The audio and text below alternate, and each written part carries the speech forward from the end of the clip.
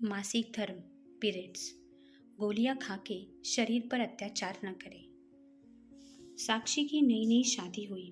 बहुत सपने थे उसके, जैसे हर लड़की के होते हैं शादी को लेकर, अपने जीवन साथी को लेकर, जीवन की नई शुरुआत को लेकर।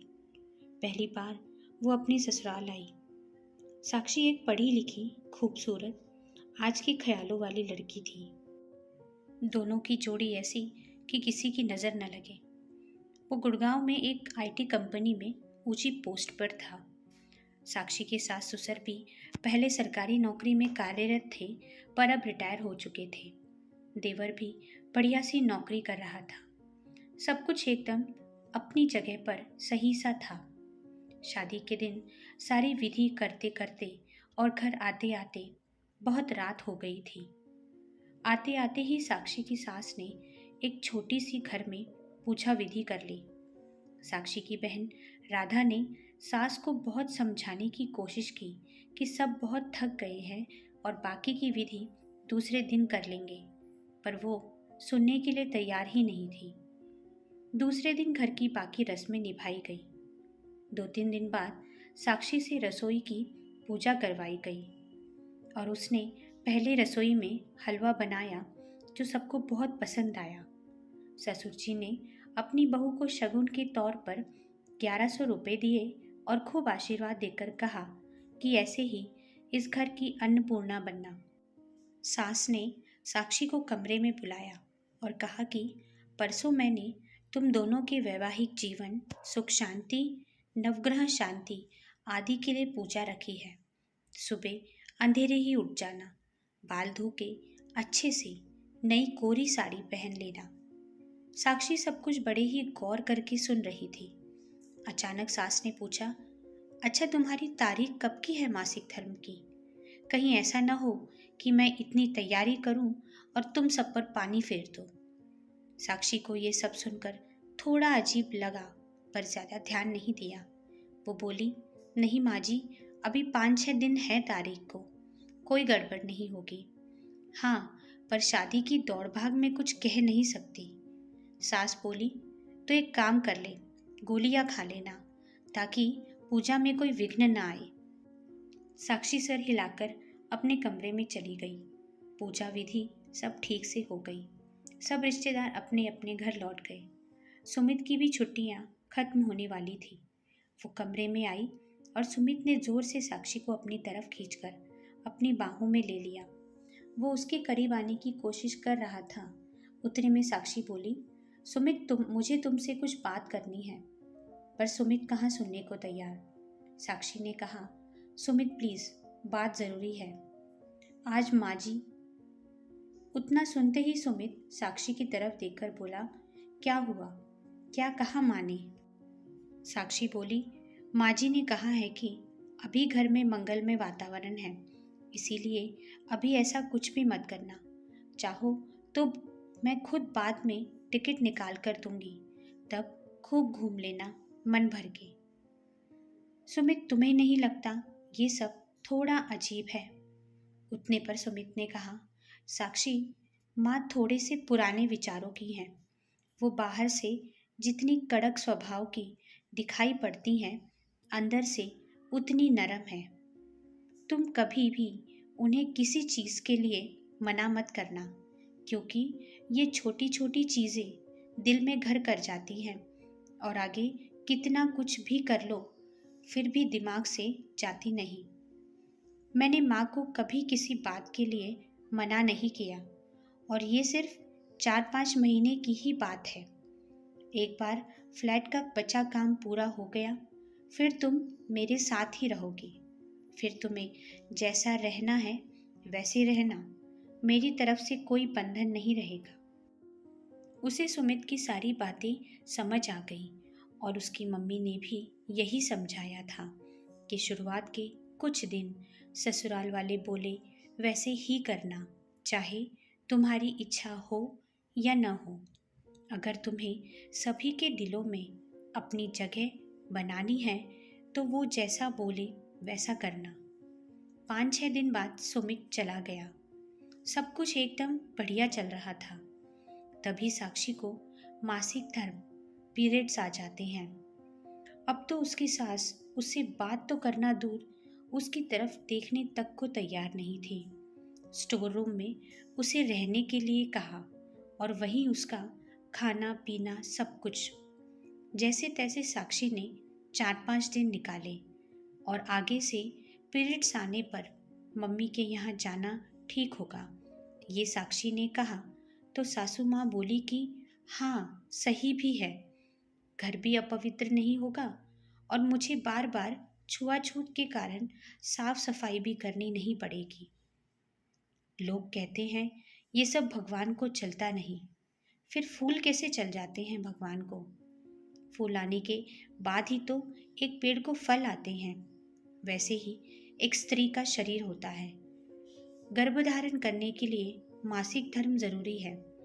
इसके बिना तो इंसान का जन्म ही नहीं हो सकता। जाने दो, मैं क्यों इतना सोच रही हूँ? मुझे कहाँ यहाँ रहना है, 4-5 महीने ही तो निकालने हैं। ऐसा कहकर उसने खुद को समझाया। थोड़े दिनों बाद कभी तीज त्योहार तो कभी कोई पूजा, कभी कुछ ऐसा कह कहकर साक्षी को गोलियां लेने के लिए कहा जाता और घर में लड़ाई न हो इसीलिए वो लेती रहती। उसका वजन बढ़ने लग गया था।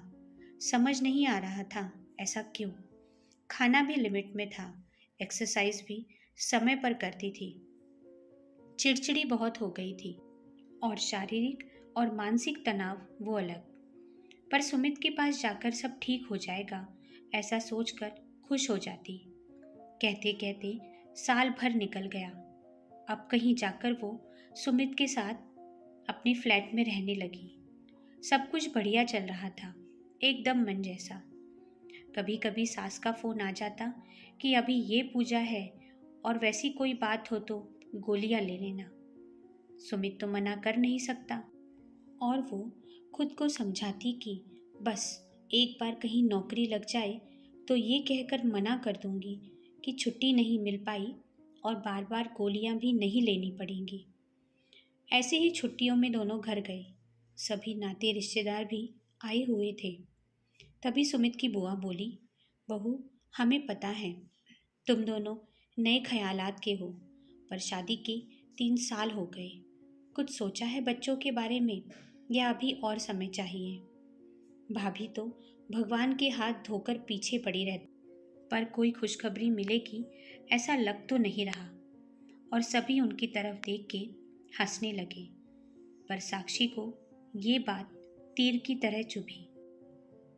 उसने कमरे में आकर सुमित से कहना शुरू ही किया था कि सुमित बोला, तुम चिंता क्यों करती हो? अभी हमारी उम्र थोड़ी ना निकल गई। घर जाके किसी अच्छे से डॉक्टर को दिखा के इलाज करा लेंगे। 2 दिन बाद वे एक अच्छे गायनेक के पास गए। डॉक्टर ने बैठने के लिए कहा। उन्होंने डॉक्टर की सारी बातें विस्तार से बताई। इतने में डॉक्टर ने कहा कि पहले मुझे साक्षी तुम ये बताओ कि क्या तुम्हें हर महीने पीरियड्स आने में कोई प्रॉब्लम तो नहीं होती? साक्षी ने बताया कि उसे ज़रूरत पड़ने पर पीरियड्स आगे होने के लिए गोलियां लेनी पड़ती हैं। डॉक्टर गुस्से में बोली, क्या फ़ायदा तुम्हारा पढ़ा लिखा होने का? तुम आजकल की लड़कियां अगर सरदर्द की भी गोली लेती हो तो पहले उसके साइड इफ़ेक्ट्स के बारे में पता करती हो। और तुमने तो साक्षी, मैं तुमसे क्या कहूँ अब?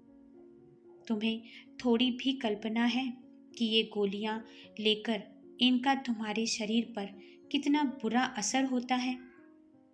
तुम्हारी फेलोपियन ट्यूब में ब्लॉकेजेस आ गए हैं इन गोलियों के कारण।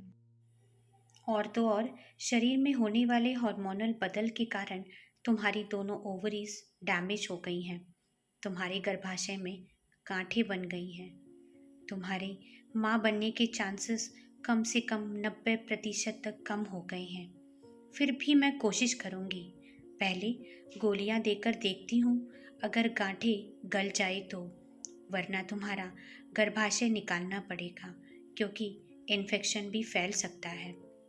ये बातें सुन सुनकर साक्षी के हाथ पैर ठंडे पड़ गए थे। सुमित का भी यही हाल था। उन्होंने सोचा भी नहीं होगा कि इसका परिणाम इतना भयानक होगा। वो गुस्से में उठी और डॉक्टर से बोली, मुझे पता है मुझे ये नहीं कहना चाहिए, लेकिन आप बताओ मुझे ऑपरेशन के लिए कब आना है। डॉक्टर बोली, आप ये क्या कह रही हो मिसेस साक्षी? और नहीं तो क्या, ना गर्भाशय रहेगा, ना पीरियड्स आएंगे और ना मेरे कारण किसी का घर अपवित्र होगा। सही कहा ना मैंने सुमित? और वो वहाँ से चली गई, सुमित की राह न देखते हुए। सुमित के पास इसका कोई जवाब नहीं था। आज हम 21वीं सदी में जी रहे हैं। छुआछूत, अपवित्रता, ये सब बातें पहले हुआ करती थी और औरतों का अलग बैठना, उसके पीछे भी अनेक कारण थे। पर सिर्फ घर अपवित्र हो जाएगा या पूजा विधि रह जाएगी, इसके लिए पीरियड्स न आने के लिए गोलियां लेना, ये अपने शरीर पर एक प्रकार से अत्याचार ही है। और इन गोलियों का दुष्परिणाम भी बहुत भयावह है। जो गलती साक्षी ने की वो आप न करें, बस यही गुजारिश है और यही कहानी के माध्यम से आप तक पहुंचाना था। कहानी कैसी लगी कमेंट बॉक्स में कमेंट करके ज़रूर बताना और चैनल को लाइक और सब्सक्राइब ज़रूर करना। धन्यवाद।